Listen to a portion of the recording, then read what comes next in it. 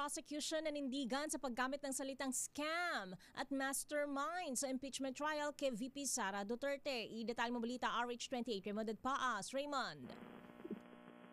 Ms. Kea, Mayor, nanindigan ang panig ng prosecution sa paggamit ng mga terminong inireklamo ng panig ng depensa sa impeachment trial kay VP Sara Duterte. Ito matapos ituring ni Attorney May Divina Gracia ng prosecution na scam ang ginawang paggasta ng OVP sa confidential fund nito at ang mastermind ay walang iba kundi si VP Sara Duterte. Nag-object si Attorney Christine Ferrer sa panig ng depensa kaya stricken of the record ang nasabing pahayag. Git ni Attorney Divina Gracia, let's call a spade a spade. Dahil sa naunang katuran na si VP Sara ang humiling ng confidential fund, siya ang nagdesisyon na ito ay tig 125 million pesos kada quarter at pumirma din siya sa mga disbursement vouchers.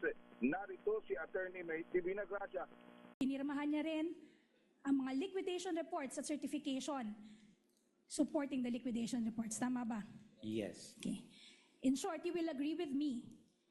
This whole confidential funds matter, ang arkitekto at mastermind nito ay si Vice President Sara Your Honor, Duterte. please.